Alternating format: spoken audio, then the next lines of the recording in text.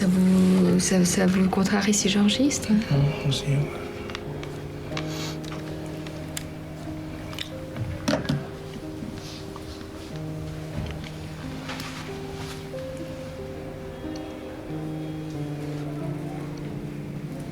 Je viens de Lyon, d'une famille plutôt bourgeoise.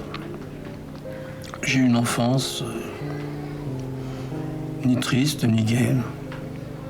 J'ai eu une enfance, quoi. Ni frère, ni sœur. Je crois que j'aimais bien mes parents, même s'ils ne s'intéressaient pas à grand-chose. Je vois pas trop ce que je peux vous dire de plus là-dessus. Je suis arrivé à Paris en 67. En fait, pour aider un copain à monter une brocante.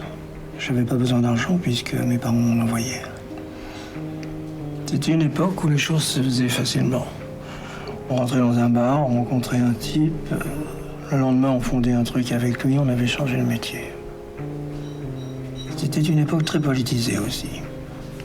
Et faire du porno, c'était aussi un acte politique. Alors on s'est mis à faire des films, avec des filles qu'on rencontrait dans les bars, des amis, des gens qu'on ne connaissait pas, mais qui s'amusaient plus que des partous. Quand je bande, je jouis, je chante, et il y avait des gens qui venaient nous voir sur le plateau. Alors après, je les ai tournés. Ça donnait des scènes très impressionnantes, c'était tout à fait anarchiste. Et puis on a fondé une boîte de production, et voilà. Donc après, ça devient sérieux? Forcément. Si vous voulez continuer, il faut devenir professionnel. Évidemment, là, je vois des films. Je ne suis pas plus con qu'un autre. Je sais qu'il existe des Bergman, des Antonioni et même une certaine modernité. Mais moi, je fais du porno. Évidemment, j'aurais pu filmer des femmes nues de dos devant des usines, mais enfin, ça n'aurait pas été très excitant. Et puis les gens aimaient bien ce que je faisais. Et pour dire la vérité, ça me plaisait aussi beaucoup à moi. Lequel de vos films vous préférez? Le journal intime d'une dégueulasse. C'est une histoire vraie, quasiment autobiographique. J'y ai mis beaucoup de mes fantasmes, comme la représentation de religieuse ou la relation à ma mère. On a simplement employé une parure de deuil pour remplacer le vêtement religieux. C'est un film difficile à faire. Il a marché? Pas trop. Vous savez, si je perds le public des camionneurs, je suis foutu. Ça veut dire quoi? Il faut des choses simples. Pourquoi Exhibition a fait 400 000 entrées Paris? Parce que c'est Cosette. L'histoire de l'enfance malheureuse. Est-ce que vous vous fixez des limites? J'utilise toutes les pénétrations autorisées par la censure. Mais je n'ai jamais rien fait sous le manteau. Ni zoophilie, ni mineur, ni scatologie. Pas de réel sadomasochisme, non plus juste suggéré.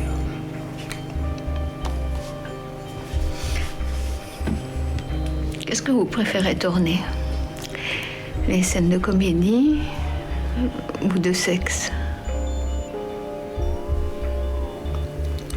Les fellations. C'est le centre du porno. En tout cas, ce qu'il y a de plus stimulant. Ça m'a toujours un peu troublé. Parce que dans le plan, il n'y a pas seulement 2 organes emboîtés, il y a aussi un visage. Et là, le visage de l'actrice, c'est le dernier rempart humain.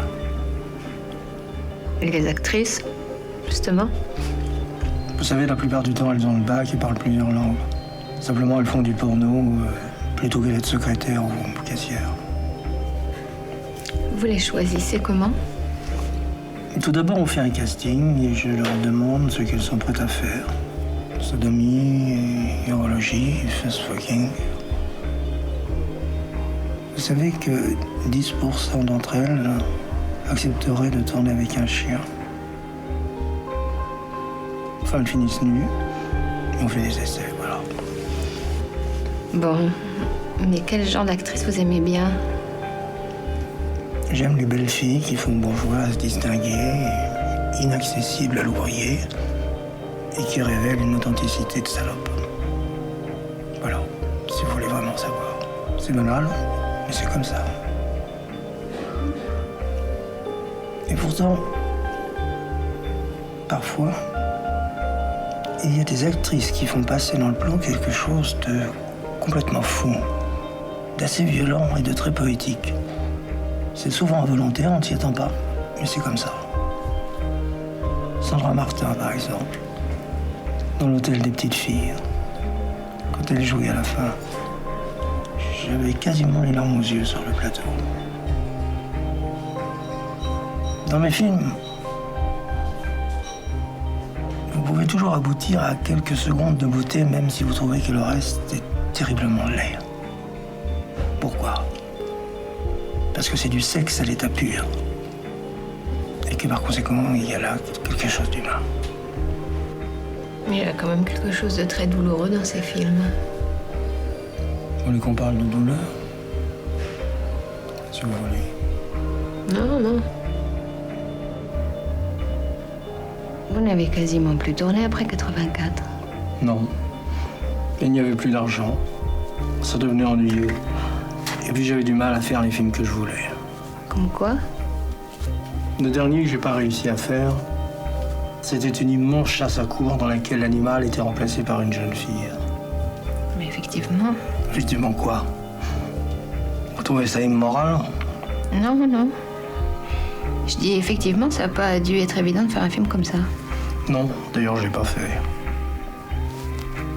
Parce que justement, en ce moment, il y a un renouveau du porno. Même vous, vous refaites des films. Oui, mais moi, c'est tout ce que je sais faire. Et j'avais besoin d'argent. De quoi vous viviez depuis 84? Un peu de droits d'auteur. Et puis sinon, ma femme travaillait.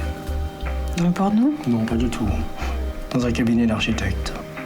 Donc elle travaillait chez un architecte, et vous faisiez quoi pendant cette période? Pas grand-chose. Je réfléchissais. C'est pas un peu paradoxal pour un pornographe de se faire entretenir par sa femme? Et comment elle vivait le fait d'avoir un mari qui tourne des films porno? Ce ne sont pas mes films qui sont obscènes. Ce sont vos questions. Mais je vais quand même vous répondre. Ma femme ne m'a jamais rien dit sur mon métier. Elle a toujours supporté. Même si j'imagine qu'elle aurait préféré que je fasse autre chose. Ça n'a pas dû être évident, mais elle a assumé. Elle a toujours été là. Alors c'est moi qui n'ai plus supporté, je suis parti.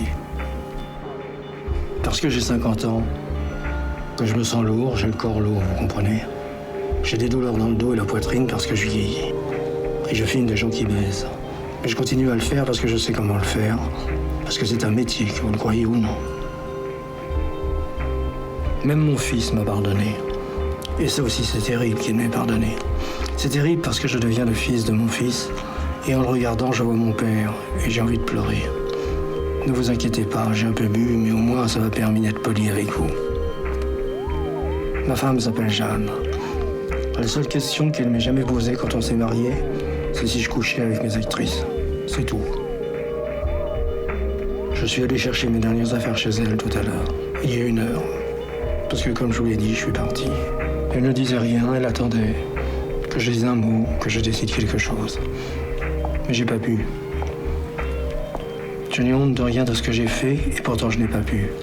Je n'ai pas bougé, j'ai pris mon manteau et je suis parti. Je ne sais même pas comment je suis arrivé à venir ici. Si. En fait, je sais. C'est parce que si je n'étais pas venu parler à quelqu'un, je me serais certainement jeté par la fenêtre. Alors je suis quand même venu.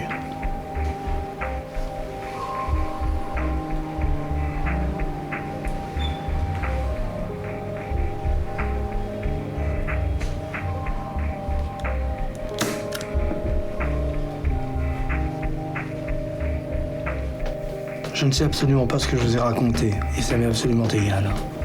Je ne vous remercie pas, je m'en fous. Parce que vous me parlez de carrière, et moi je vous parle de ma vie. Voilà pourquoi elles sont obscènes, vos questions. Voilà pourquoi c'est vous qui êtes obscène et pas moi.